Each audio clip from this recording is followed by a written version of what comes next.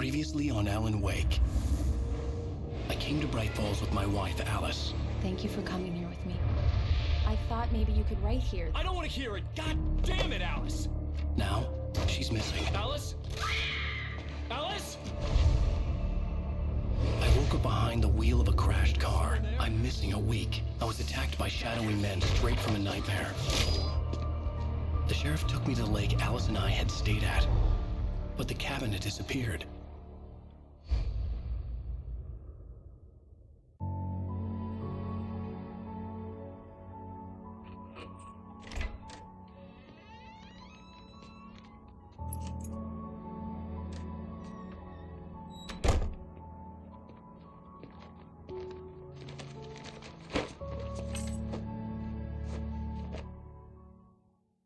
Honey, I'm home.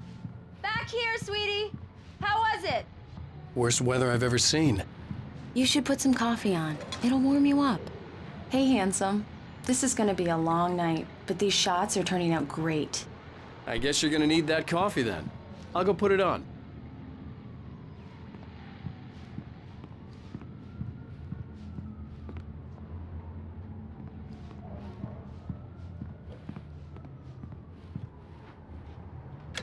Coffee's on.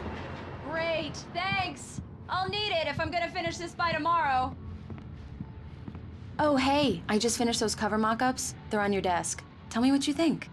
No kidding. I didn't think you'd get them done this quickly. On occasion, I can perform all sorts of miracles, my dear. Oh, really?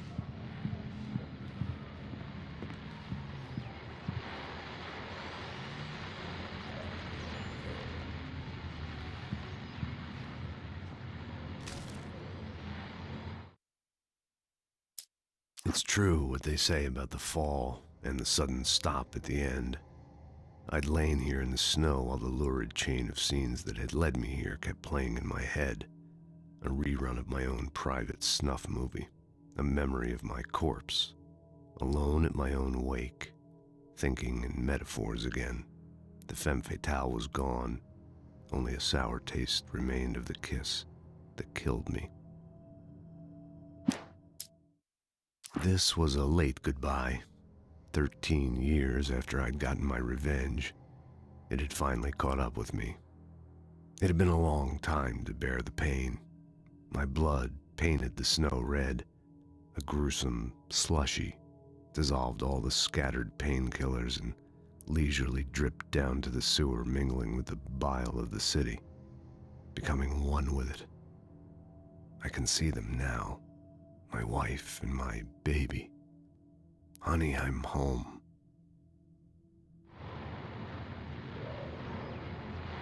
These look really good. Oh, sure, until Barry gets his hands on them. Which, by the way, will happen over my dead body. The last time was the last time. Oh, and speaking of Barry, he called. Alan! Alan, please check the fuse box. I'm right here. I'm on it, honey. Honey, it's a power outage. I've got the flashlight. Hi. Okay. You okay? I'm sorry. It just really spooked me. Don't worry. We'll just break out the candles. I know it's stupid, but it's just... especially when I'm not prepared for it, you know? It gets to me. I love you. Tell me a story, writer. Okay. I used to have these nightmares when I was a kid. The dark really spooked me, too. When it got really bad, my mom gave me this old light switch. She called it the clicker. The clicker, huh? Yeah. If I ever got scared of the dark, I could just flip the switch and a magic light would scare the monsters away. Oh, sure. Here it is. Alan. Maybe it'll help you, too. Yeah, nice story, writer boy. You made that up right now, didn't you? No. Seriously. I love you, even if you are a liar. Thanks for this.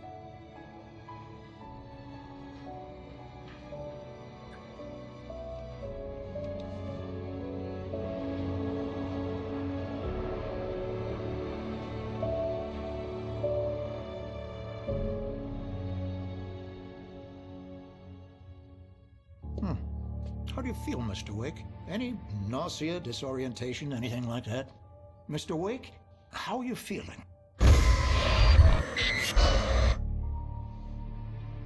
I'm okay. My head's fine. I had to lie about my headache and memory loss. He'd send me to a hospital for tests. I couldn't leave without Alice. Very well. I don't think you have a concussion, but you've obviously been through quite a shock. You should take it easy for a couple of days. Thanks. Well then, Mr. Wake, we're done here. If the pain gets any worse or you experience any other symptoms, you should come see me. I'll let you get on with it then. Sarah, Sheriff Breaker, is waiting for you.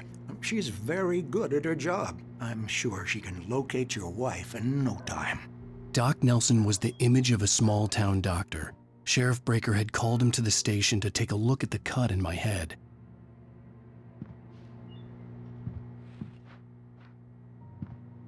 I'm sorry you had to cut your morning fishing short for this, Doc. Oh, she's a beauty, ain't she? Not the biggest I ever caught, if you can believe that coming from an old fisherman like me, but she's right up there. Now, she's a largemouth bass, which is what you're after if you prefer a lure. Now, if you want either trout or salmon, on the other hand, then it's fly fishing for you. You a fishing man, Mr. Wake? Oh, doesn't really matter, I suppose. But it can be very relaxing out there. You can't get me off the water this time of year. Closest thing to heaven. I'll take your word for it, Doc.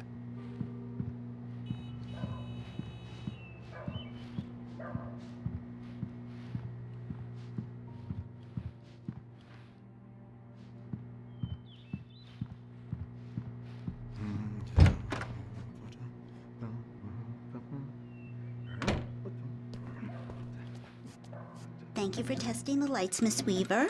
Everything seems to be fine. I don't have the luxury of being complacent, Deputy Grant. The bulbs will need changing soon. You can't change them in the dark. I'll be sure to take care of it, Miss Weaver. Have a nice day now. Very good. I'll come back later on to remind you, just in case. Mr. Wake, the sheriff is waiting for you in her office down the corridor. That was Cynthia Weaver. I guess you can call her the town eccentric. She used to be the editor of the local newspaper, but she's focused on, other things these days. She'd fit right in where I come from.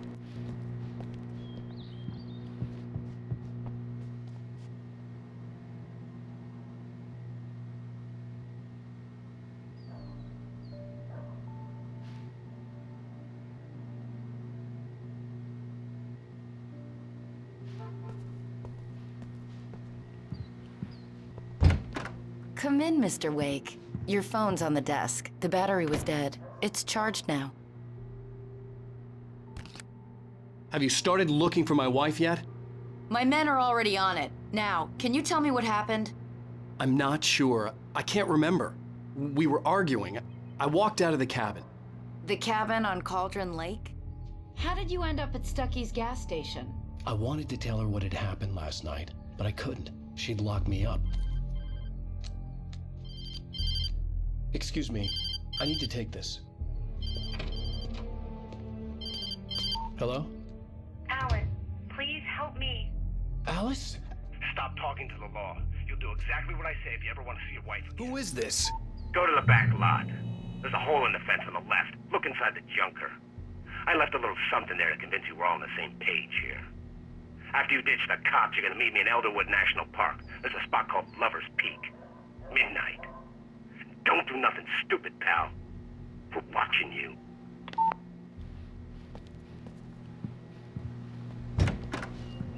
I need some fresh air. Can I go out? In the back, maybe? Of course, Mr. Wake. I understand. You can get there through the cells. Deputy Grant can show you the way. I'm sorry. All of this, it's just a lot to take in. Take your time, Mr. Wake. I understand. Can I ask you what the call was about, Mr. Wake? It's personal. Well, we are looking for your wife, and I'm going to need your cooperation if I'm going to help you. I need a moment, after I get some fresh air. Okay. You can find me here. We'll talk when you feel up to it.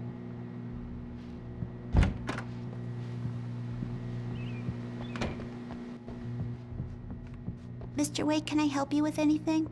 I need to get some air. The sheriff said I could go out back. Of course, Mr. Wake. You can get there through the cell corridor. Just don't mind Walter in there. He's one of our regulars. I thought he quit drinking for good. Oh, no such luck. He went on a bender and beat Danny pretty badly. He started shouting like that the moment he woke up. The deputies, they don't understand. They won't listen to me. I need it to be bright in here. Yeah, it's Mulligan here. I'm at Stucky's gas station with Thornton. There's no sign of him. Over. Wait. Yeah, this is Thornton. Look, we've located the brake float. It's here. That's some good news, right? Stucky was supposed to be driving it at the rehearsals today. Over. Oh, give me that. Mulligan here. Looks like someone really thrashed the garage. Over. Okay, roger that, guys. Keep looking for Stucky. Jane's out. Damn it, I said please. I need more light. Alice looked through the viewfinder, lining up the shot. Cauldron Lake was breathtaking. Something caught her eye. A figure standing in the shadows behind the cabin, like a thin woman in a black dress. She lowered the camera and looked again. No one there. Just a collection of bushes that looked vaguely human-shaped. She shook her head and laughed.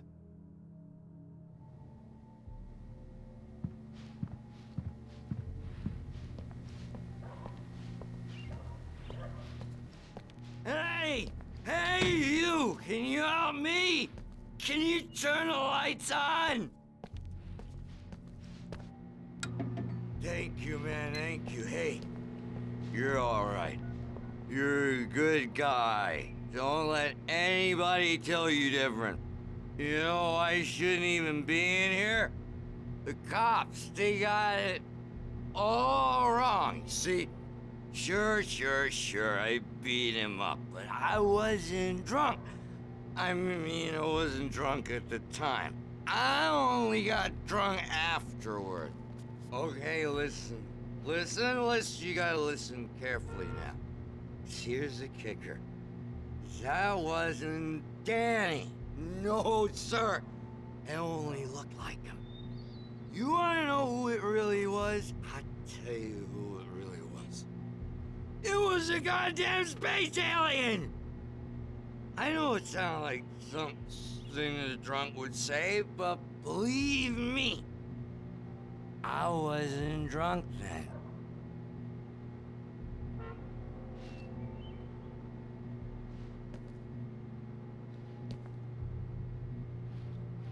I told him, oh yeah, well, I don't hear you. We're on your feet.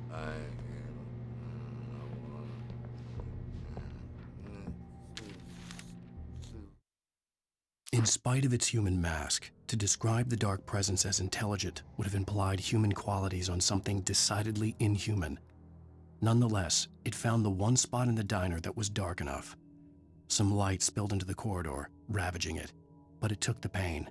Horrible as it was, the writer would soon fix that. He would be coming to the one place where it still had power.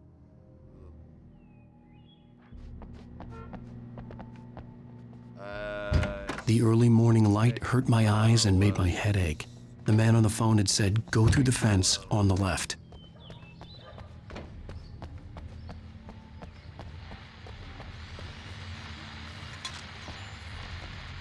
Well, folks, it's been another long night, and it's about time for me to sign off for a while. God knows I need my beauty sleep. Just one more item before I go. It's been a busy night for the sheriff's department. We've had a few broken windows, even a report of shots fired on Main Street. Deputies Mulligan and Thornton had to deal with two intoxicated young men who were celebrating the completion of their Deerfest float. Now, folks, we get this every year. I know it's exciting that the big day's almost here, but let's save it for the party and leave the gunplay for the shooting competition, huh? There's no point in getting all worked up yet.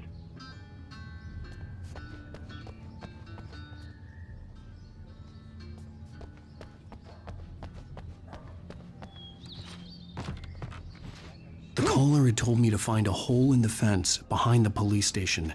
There was something for me in an abandoned car.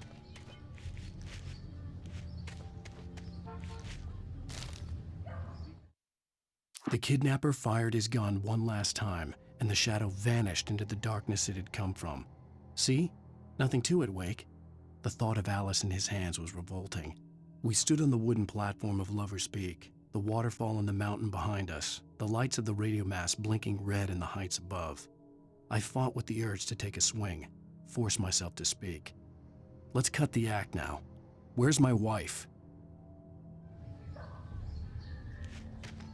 Alice's driver's license had been placed on the front seat. The caller meant business. Barry? Ow! Ow! Thank God! Where the hell have you been? I've been trying to reach you for a week, you and Alice. I've been worried sick. I flew out yesterday. I'm here in Bright Falls. Barry, listen to me. I'm at the sheriff's station. Come and get me. I can't talk now. Al, what the hell is going on? I had to get the sheriff to let me go. I needed to get to Elderwood National Park to meet Alice's kidnappers.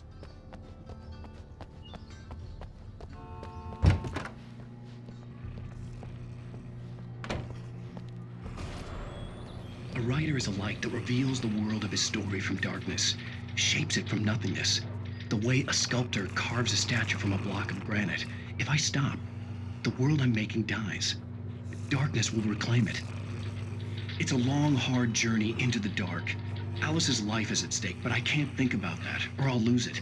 The dread lingers at the edge of perception. I'll push on. Anything is possible here. I'll write the story. I'll save her. Marvelous, Sarah. I just wanted to settle all the damage the Anderson brothers might have inadvertently caused on their recent and regrettable little outing. They are not accountable for their actions, of course. I can assure you that my staff has been reprimanded. Tor and Odin never caused any trouble to anyone when they were still living at their farm. Indeed. All we can do is to slow down the progress of their dementia. Are you feeling any better, Mr. Wake? I'd like to leave. Am I free to go?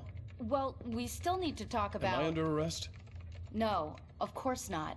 But I need to know where you'll be staying so I can get in touch with you. I'd avoid the motel. The Majestic is known for its roaches. The cabins at Elderwood are pretty nice, though. That sounds perfect. I'm Dr. Emil Hartman.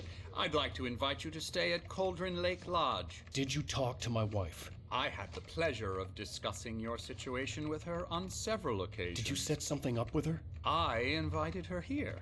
My clinic is a place where... Oh, hey! Oh, my! Take it easy. Hey, nobody move! Get your hands off of my client! Who are you? I'm Barry Wheeler, his agent. If you have business with Mr. Wake, you talk to me. You yokels won't know what hit you once I sick my lawyers on your asses. No harm done, Sarah. I'm all right. I don't want to press charges. Mr. Wake, my offer still stands. Get me out of here. What the hell was that about, Al? We don't need a replay of that thing with the paparazzi. I thought they were gonna lock you up. I had to talk to someone. I told Barry everything. He thought I was certifiable, but when he heard about the manuscript, I had him. The fact that I'd written something, even if I couldn't remember it, was enough for him. He smelled money. And he believed that Alice had been kidnapped. Anything beyond that was another story. I had a midnight appointment with the kidnapper in a place called Lover's Peak, somewhere in Elderwood National Park. The plan was to rent a cabin. I don't like it, Al. I don't like any of it. It's not good. In fact, it's the absolute opposite of good. Mr. Wake! Barry, you found him! Hi, Rose. Oh, wow. I was just thinking about you, too. Great. I was just bringing Rusty some coffee. He's on the balcony, looking after Max. Poor thing. I really need to go. Great to see you again, Mr. Wake. Later! Who's Max?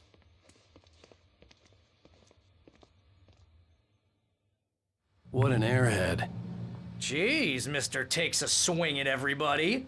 This is not her fault. She's a very nice girl and, more importantly, a fan. She even has a fan site dedicated to you. And she was very helpful when I was looking for you.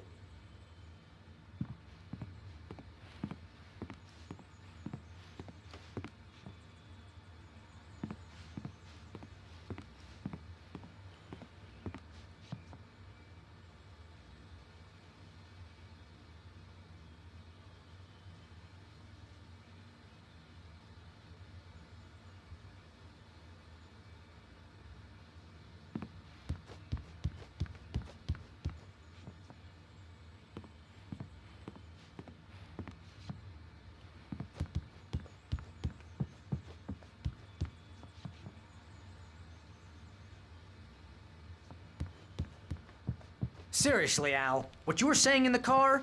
Just listen to yourself. What, you shot a guy and his body just disappeared? When was the last time you slept? What, are you high? Have you been drinking? No! Look, Barry, I'm missing a week, and someone's got Alice, and everything's just... Do you understand what it sounds like when you say stuff like that? Don't get me wrong, it's a good story, could be a bestseller. But when you start confusing fiction with reality, you're buying yourself a ticket to the funny farm. Wait here.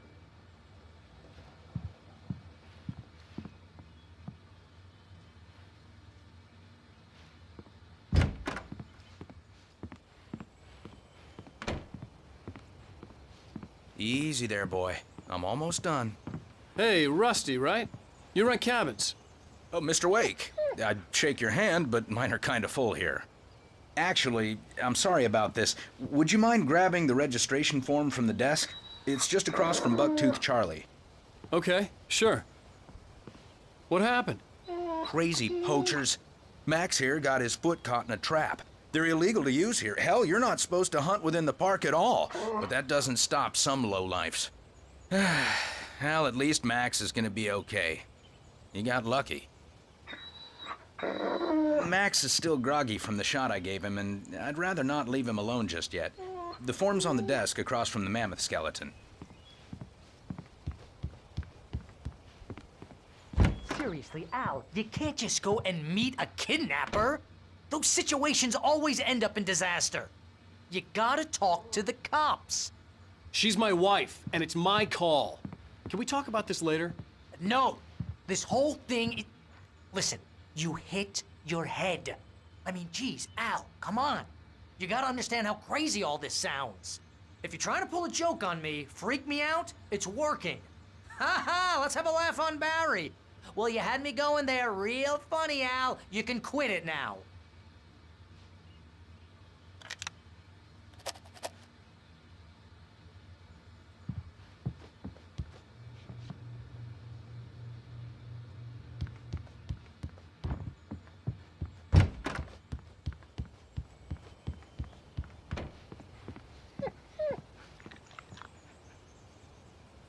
I think this is the form you wanted.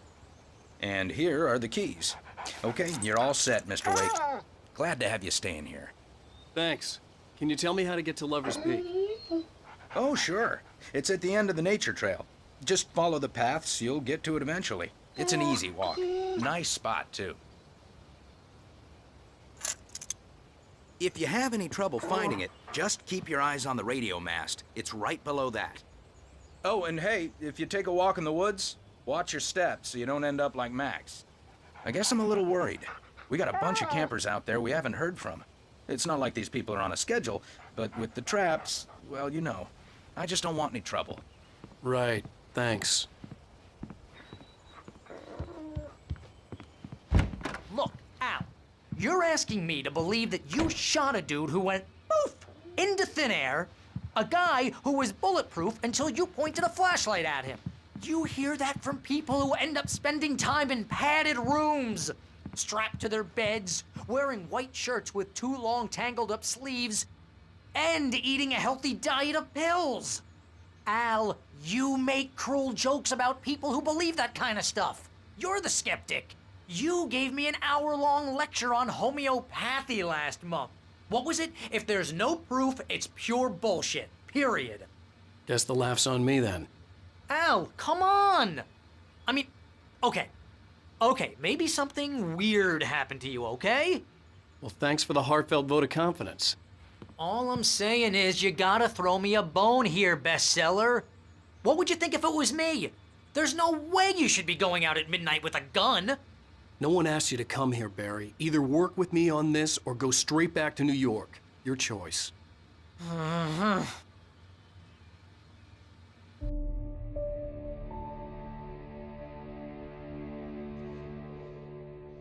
That's just crazy talk, Al.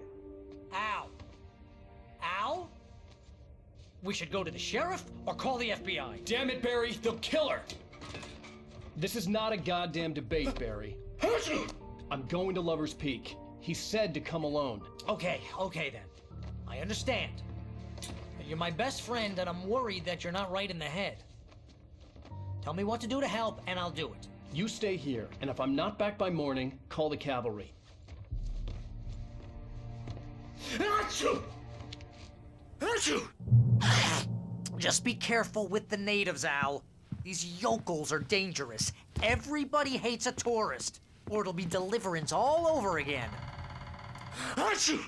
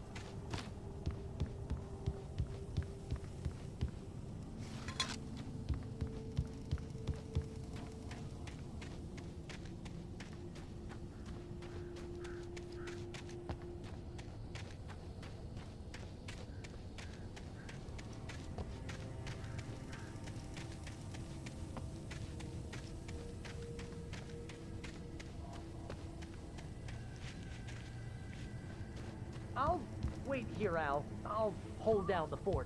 I'll be with you in spirit every step of the way, Al. Locking the door now.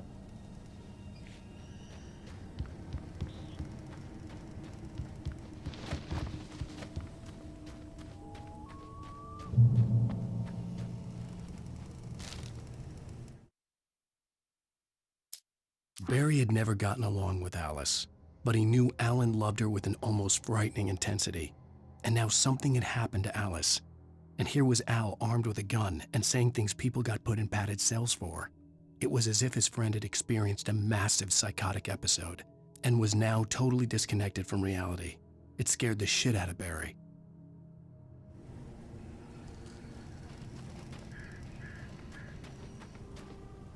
Barry had the keys to the car he rented. It wasn't a long walk to the visitor center, and it wouldn't be any use to me in the forest. I knew I should have gone to the cops. This wasn't the smartest thing I'd ever done, but I was still angry with Barry for trying to talk me out of it. These people had called me right in the sheriff's station. The cops wouldn't scare them, and they had Alice.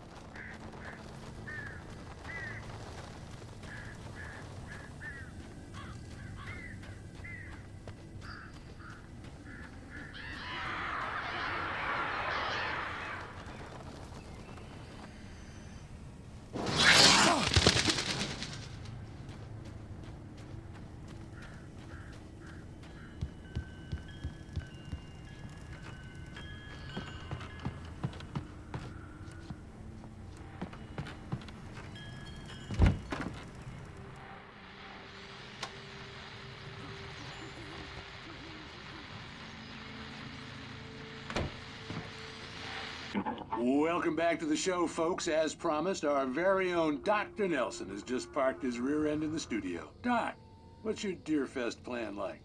My plan? You make it sound a lot more organized than I ever seem to manage. Oh, yeah. No plan, really. Just taking the atmosphere. I'm getting a little too rickety to do much more than that, you know. Oh, tell me about it. No sack race for us older gentlemen, huh? Yes, exactly, Pat. But I'm going to check out the parade, of course. And I'll be one of the pie contest judges, too. Well, that takes a different kind of constitution. Oh, yeah. It's my kind of exercise. Now, Doc, seriously, you're in pretty good shape, though.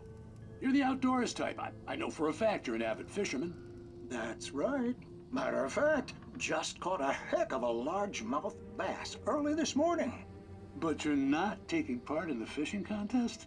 No, not this year. See, Pat, I'm just not that competitive anymore. Now I just like to take my time and enjoy the peace of it. It's no fun if I need to worry about what I'm catching, you know? Well, considering your track record, the participants are probably pretty happy you feel that way. Well, Pat, that's kind of you to say.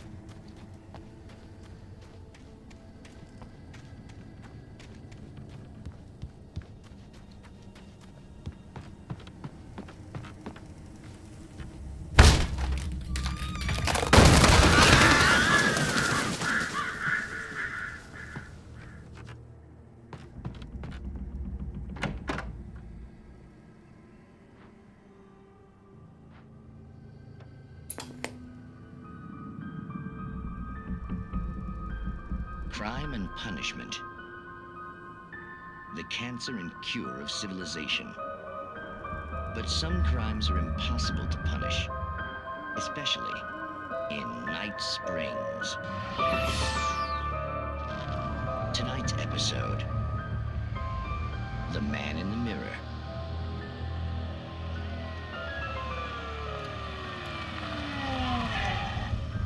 He's inside, Agent. He's a weird one. So, you're confessing to killing that guy, huh? Why? Had it coming?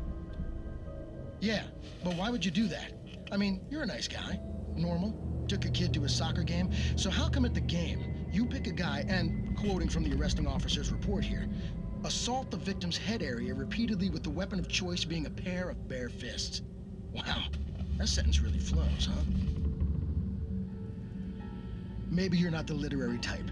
Okay, so you mess him up. But why? Who was that guy? We couldn't ID him. Why would a guy like you do him like that? I didn't like his face?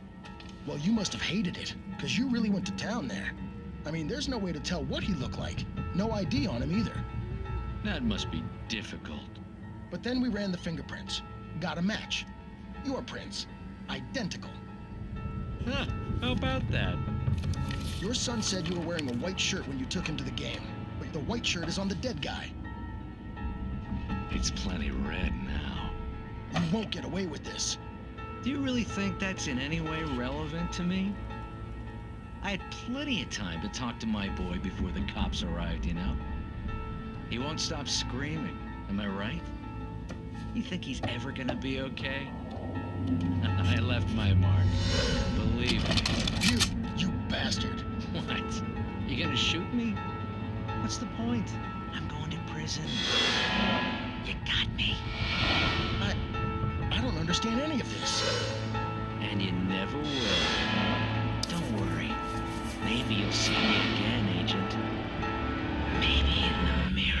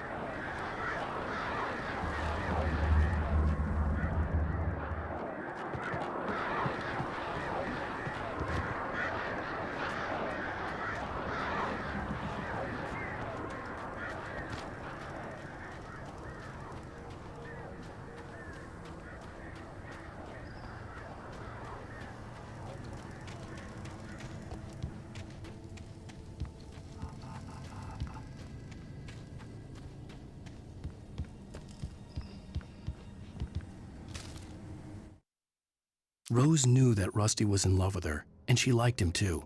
She liked him a lot. He taught her to dance, and life had certainly taught her the value of a man who was gentle. He treated her well, made her smile, made her feel good. But Rusty wasn't the prince of her dreams, and that tended to underline the unbearable truth. She was no closer to that Hollywood magic than he was.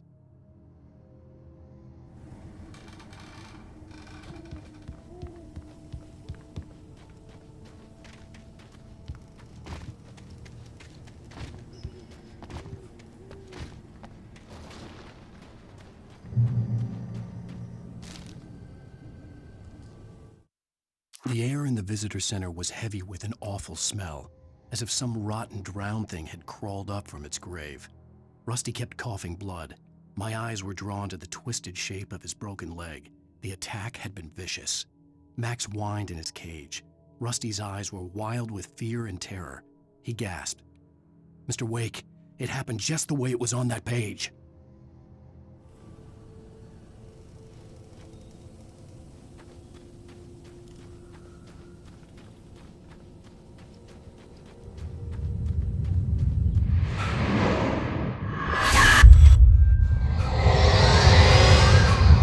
Vision left me weak.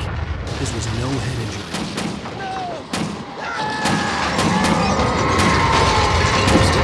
Damn.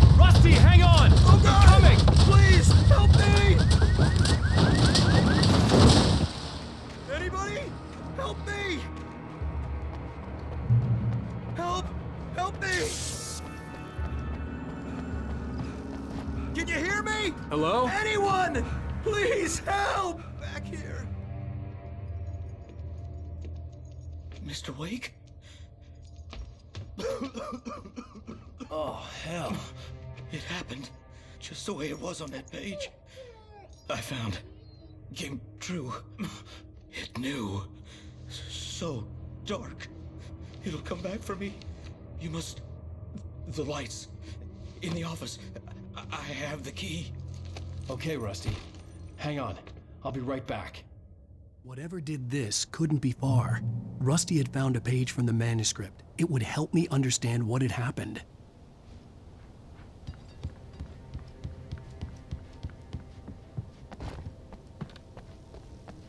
The only way to make sure that Rusty was safe was to get the power running and the lights back on.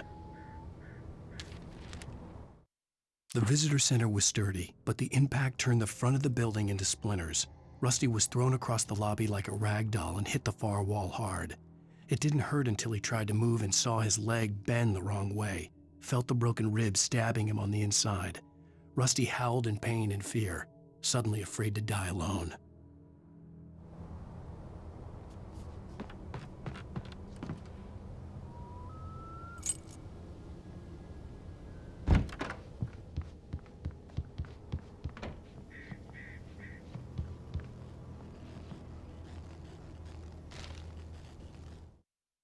At the last instant, I changed direction and threw myself down.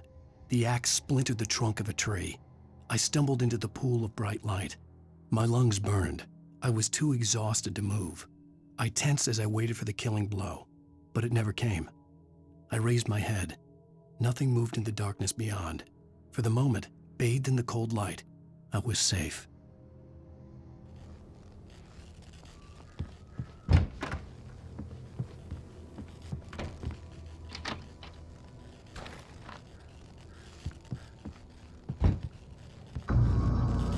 I was too late.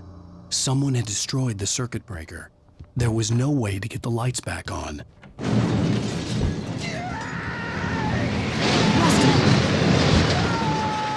Rusty! The ground was covered with flaming patches. It looked like liquid darkness. I just need to unting my senses.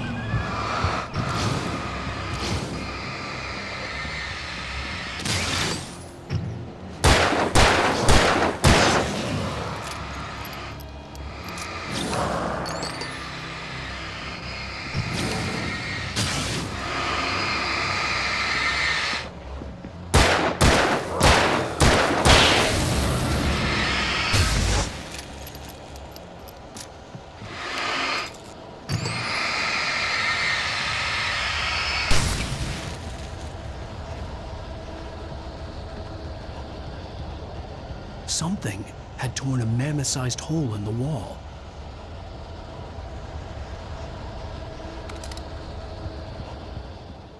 Please don't feed the animals.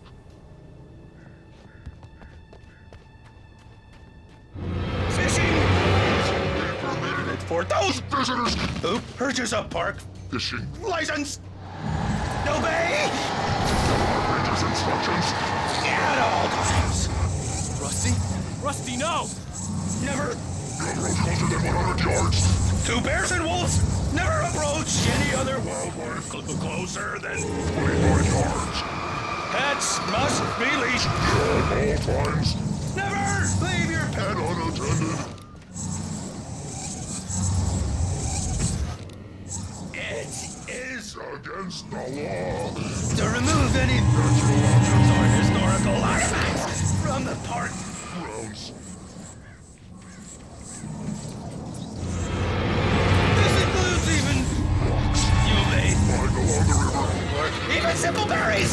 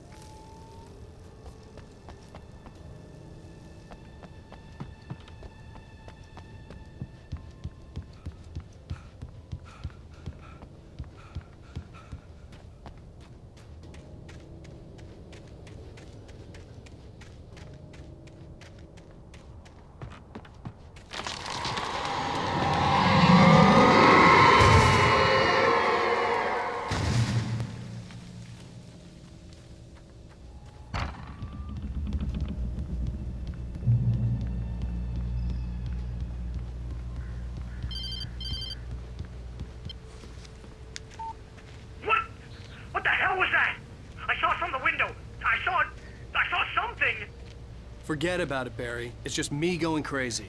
Oh, jeez. Oh, jeez. You're not crazy.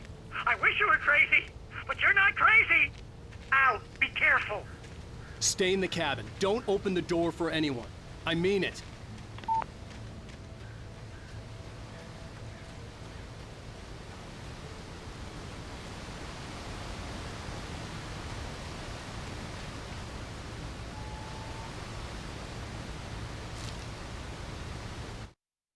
In that last instant of consciousness, Rusty thought about Rose.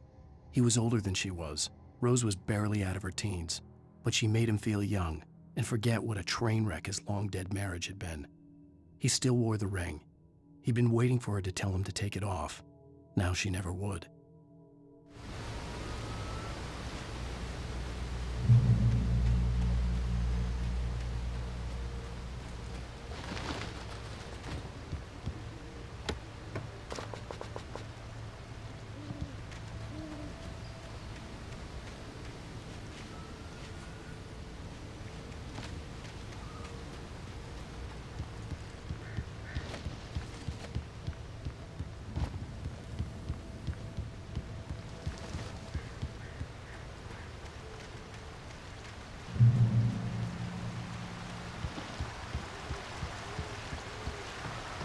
Lover's Peak was at the far end of the nature trail.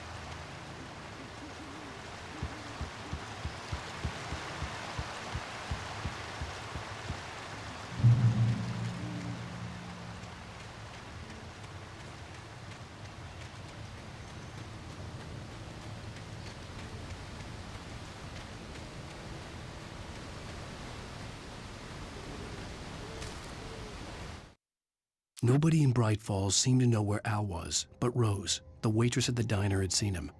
From what Barry could tell, Al pretty much fell off the face of the earth when he left the diner. Rose was just the kind of fan that Al hated, but she really tried to help. She was smart too, knew a lot about what was going on in the town, knew a lot about Al, even knew who Barry was. Barry liked her. That was no big surprise.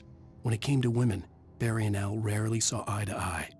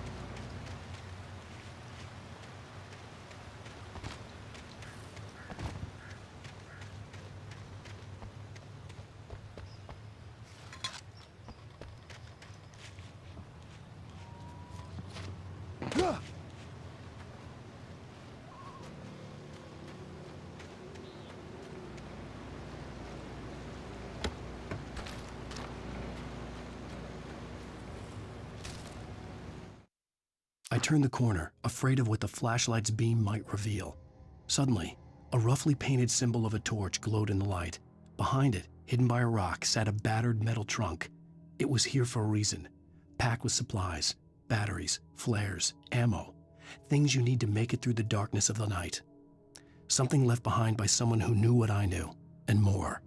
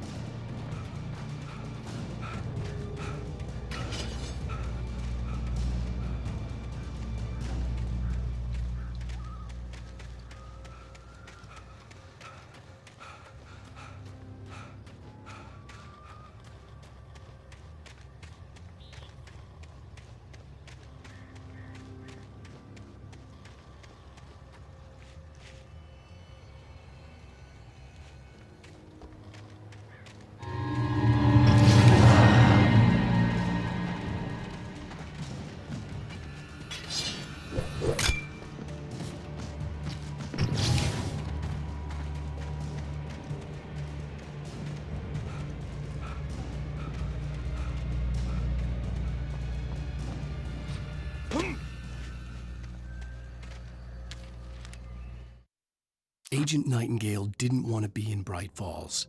These little communities revolted him, and he didn't like the trees or the coffee. He now knew that impossible horrors lurked behind the storefronts and smiles. He desperately wanted to turn the car around and just drive until he passed out or ran out of road and booze. But he had a job to do. He had a rider to catch, at any cost.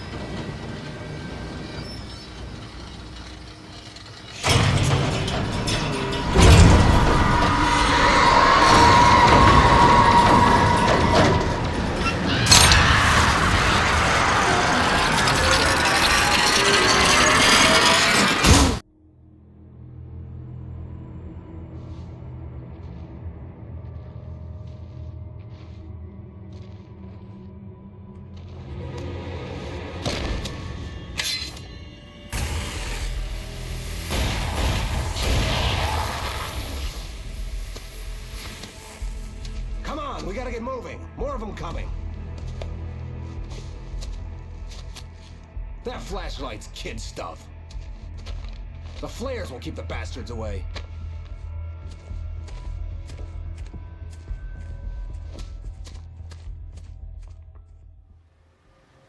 You can see them too?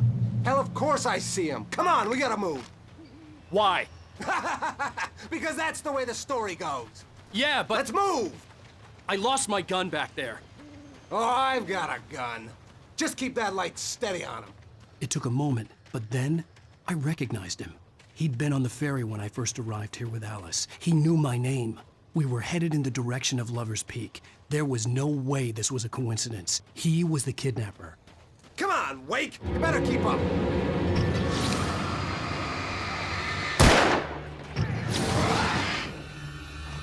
That's what I got for you!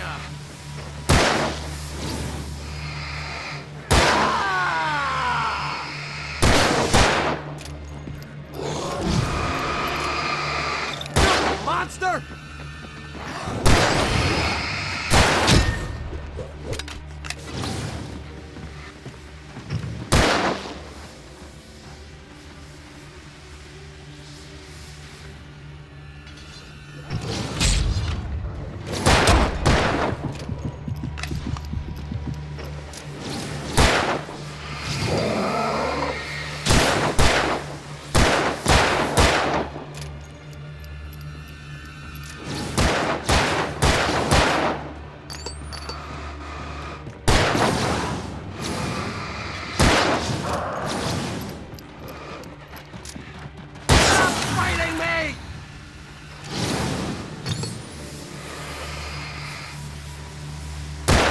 Boy! Huh?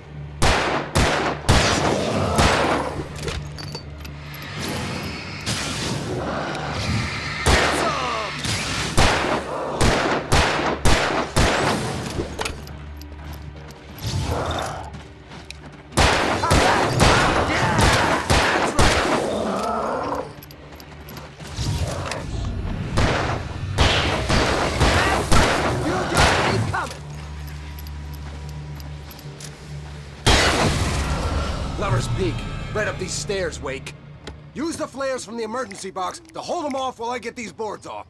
Give me the gun. Yeah, no can do, Wake. Are you kidding? Give me the gun! No time for back talk. Hold them off, damn it!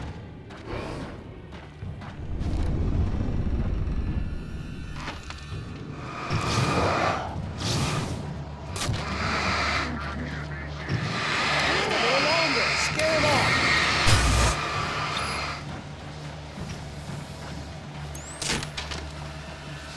Get some light on those bastards. That'll keep them off us.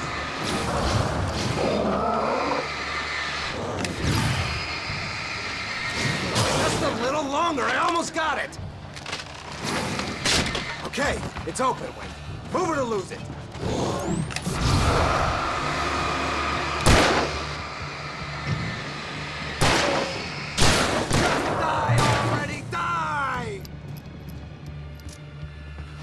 Oh, you feeling better now, Wake? All cozy and safe. Better get ready. They'll be on us soon.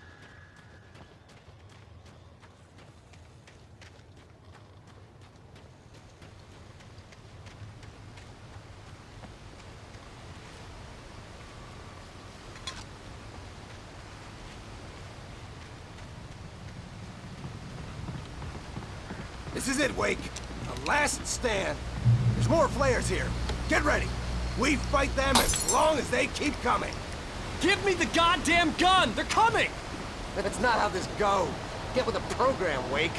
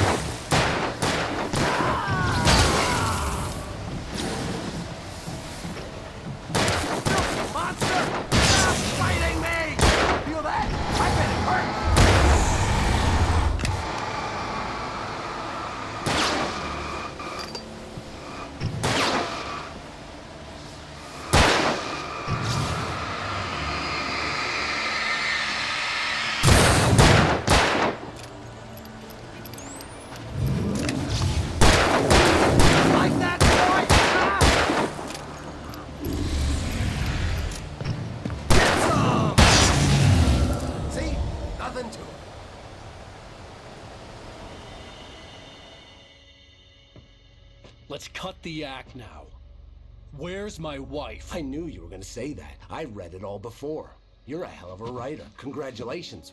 You're gonna bring about something glorious and terrible once we get you some proper editorial control. What the hell are you talking about? Where's Alice? I want the entire manuscript, or she's gonna suffer bad. You touch her mouth.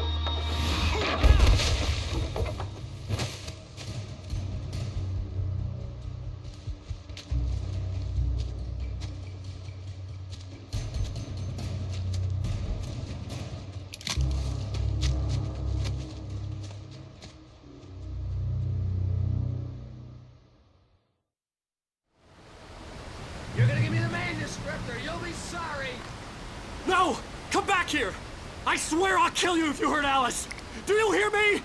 Come back here!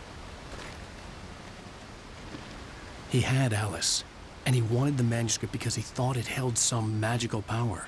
But I had no manuscript to give him. I had to get back to Barry and figure out my next move. On more than one occasion, Alice had tried to explain to me how it felt to be afraid of the dark. To her, darkness wasn't simply the absence of light, but something more tangible than that. It was something you could touch and feel. Worse than that, it was something with a mind of its own, something malicious and malign.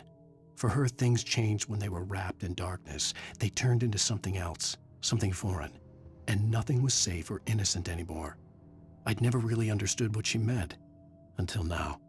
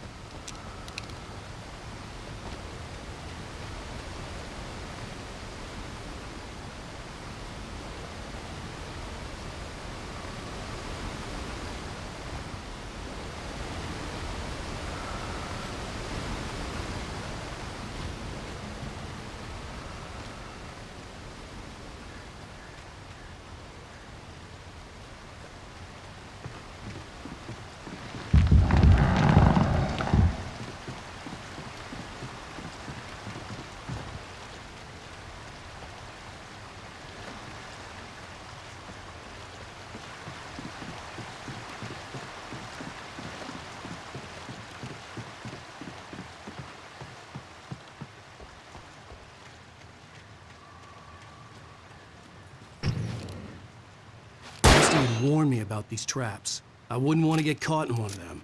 Those teeth look nasty.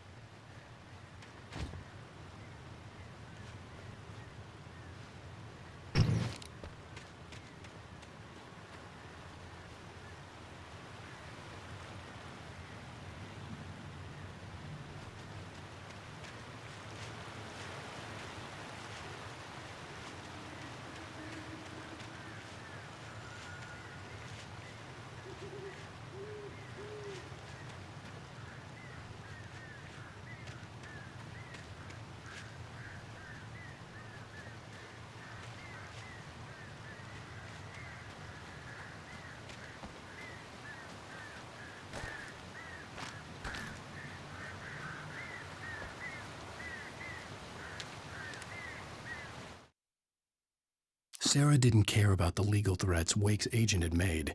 She let Wake go without argument, because there was something about him she couldn't quite put her finger on, something that reminded her of her father. She didn't think Wake would hurt his wife. Then she thought about the way he waded into Hartman, that hair-trigger rage flaring up without warning.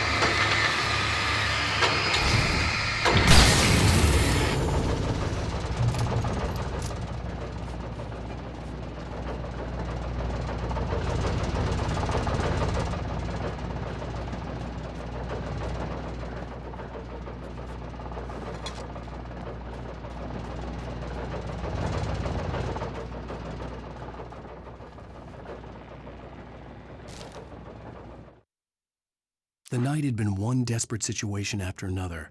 I was exhausted, and my body felt as though it had been chewed up and spat out. The flashlight was heavy in my hand, and each pull of the trigger sent a painful shock up my arm. But I was finally out of the woods, and things were looking up. That's when I heard the chainsaw.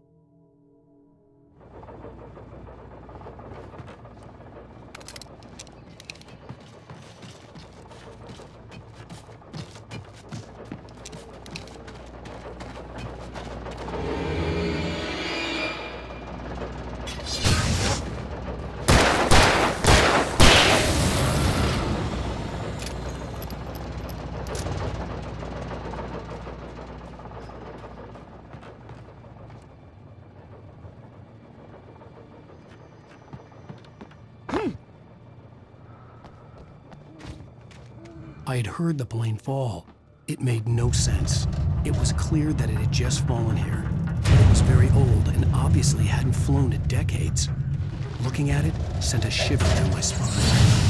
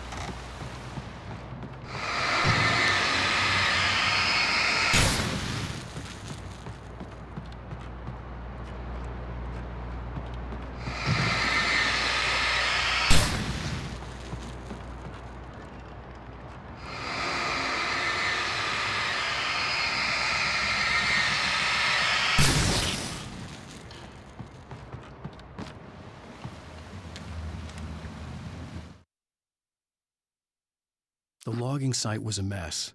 The modular office had been pushed off the cliff. Deputy Thornton climbed up from the wreckage excited, breathing hard from the exertion. Nobody there. It's weird. Don't you think that's weird? Bored, Mulligan let out a mighty snort. Hell, it's always weird, Thornton. Just a question of sorting out what kind of weird it is this time around.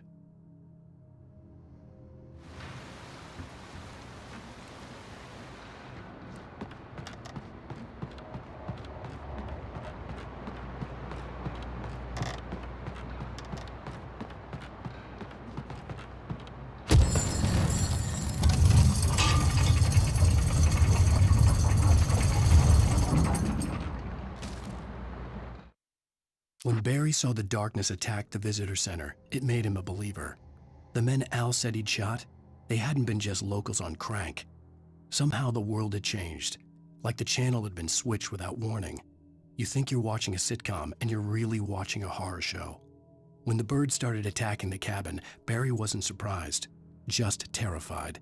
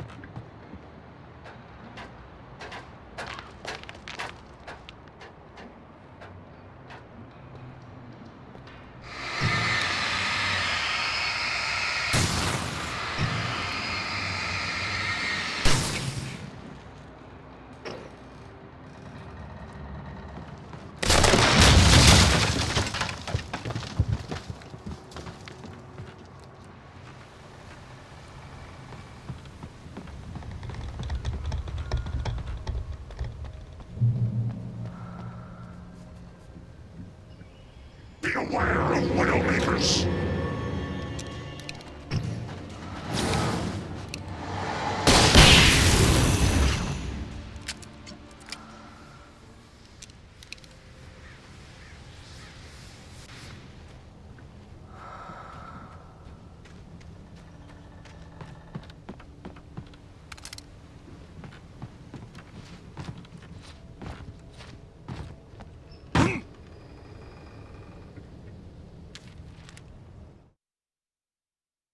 Shadows stirred and the wind picked up as I ran through the forest. I felt the dark presence turning its gaze toward me. Then the moonlight was blotted out by dark shadows that raced violently across the ground, moving too swiftly to be natural.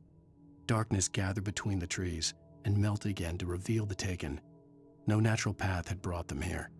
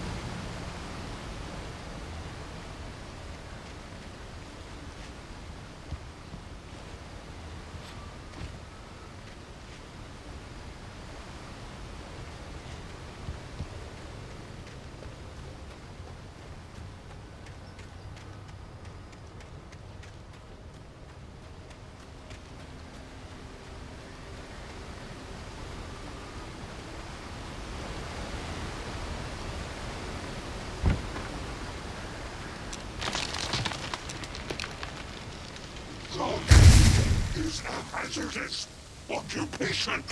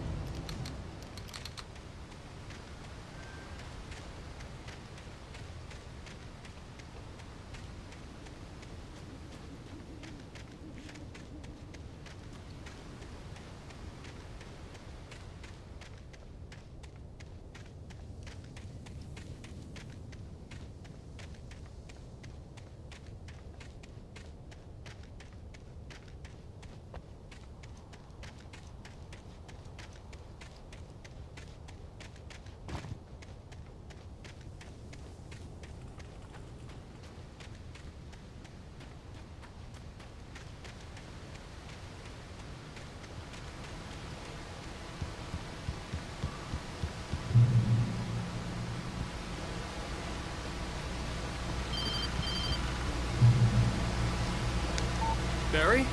Ow! The porch is covered with birds. They've got all Hitchcock on me. Stay out of sight. I'm on my way. Don't open the door. What am I, crazy? Stay hidden. I'll be there soon. Just make sure you keep the lights on.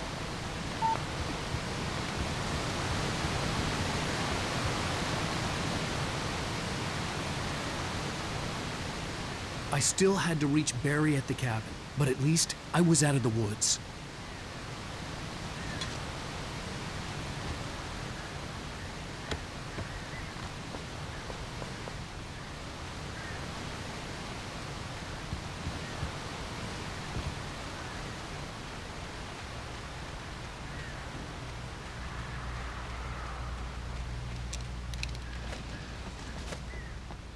I'd have to get the car from the locked garage. It would get me back to Barry faster, and the headlights were a welcome bonus.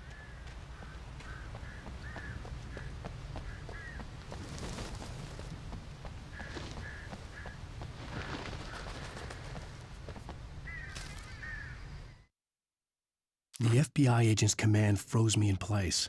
I considered surrender. It was all falling apart anyway. I could give in, let someone else deal with it. But it felt all wrong. Call it instinct, his posture, the way he held the gun. He was no friend. Shots ringing in my ears, I leaped for the hole in the fence and stumbled into the darkness beyond.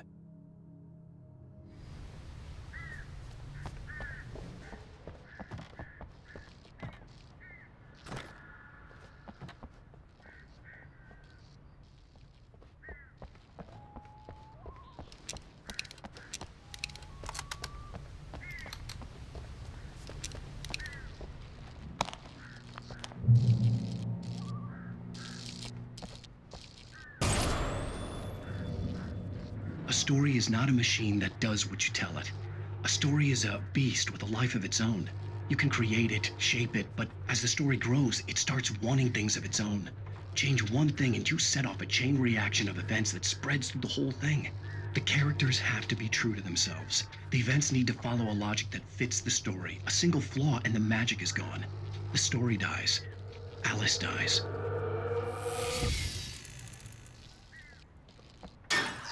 You can learn about the ancient and decide.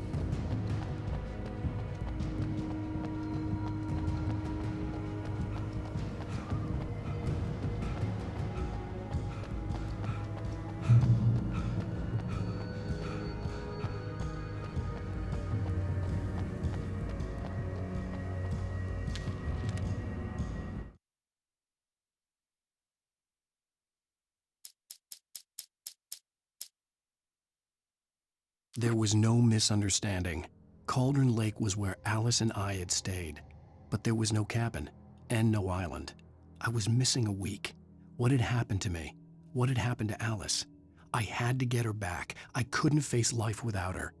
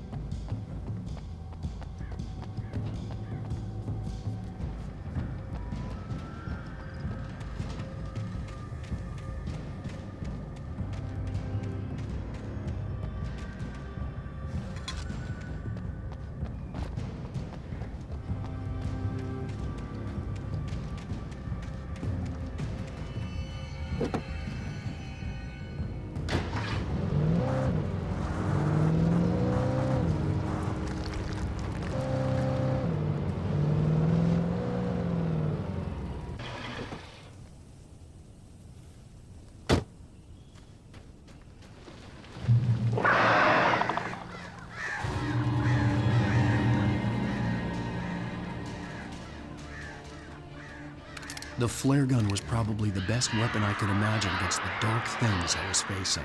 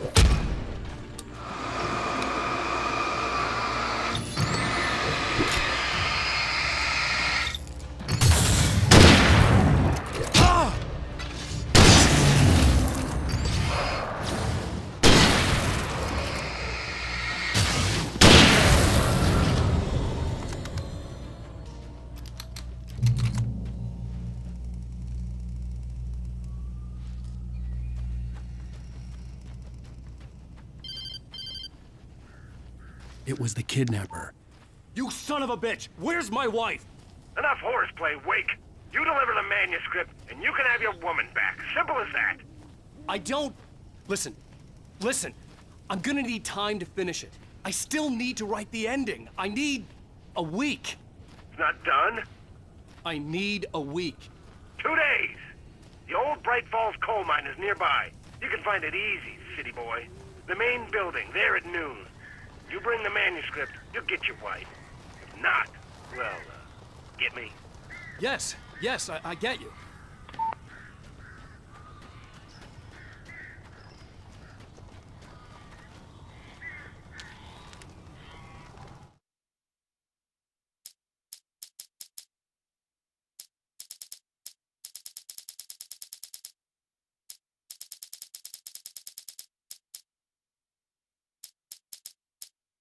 The dark presence had touched the girl to lure the writer into a trap. Now it was night, and he lay helpless, drugged, lit only by the flickering of the TV screen filled with static. Shadows coalesced in the room as the dark presence leaned close to the writer, ready to touch him again. Back to work, boy.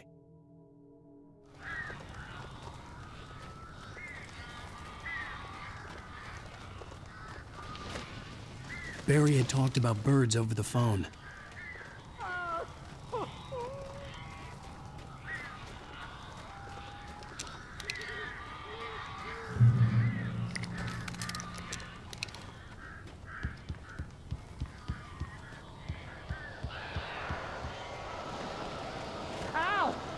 I am so glad you're here. A couple of them got in here before I blocked the chimney. This isn't normal. These birds are weird.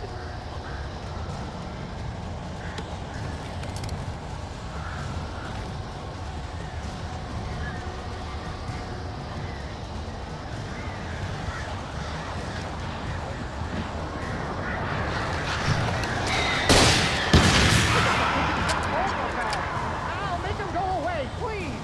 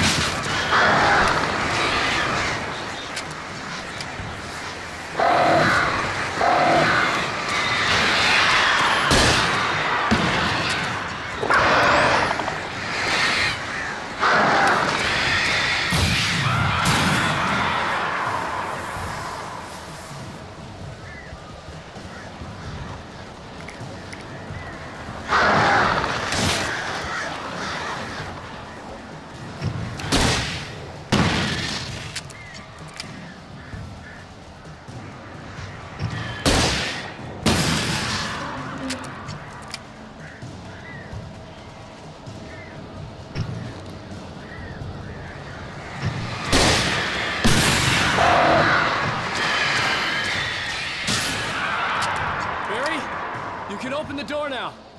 They're gone.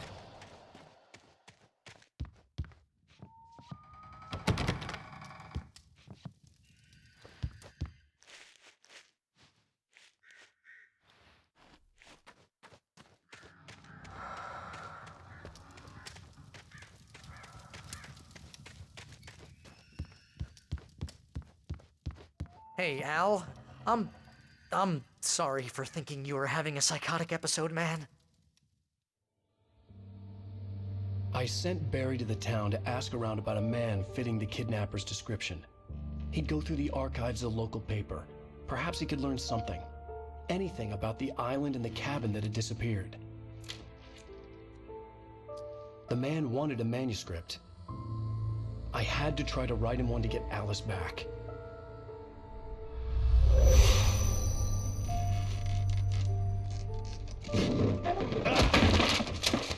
For me, the supernatural had always been nothing but a metaphor for the human psyche, a tool to use in writing fiction.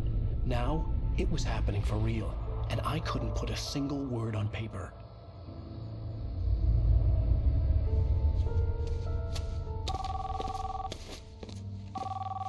Barry Wheeler speaking. This is Rose. Rose? I found Mr. Wake's pages. Oh, you sweet, brilliant girl. Could you and Mr. Wake come get them? I live in the trailer park outside the town. We'll be there in less than an hour. Bye now. See you soon. Have a great day. Hope you come back soon. Welcome to the Old Deer Diner. Good girl.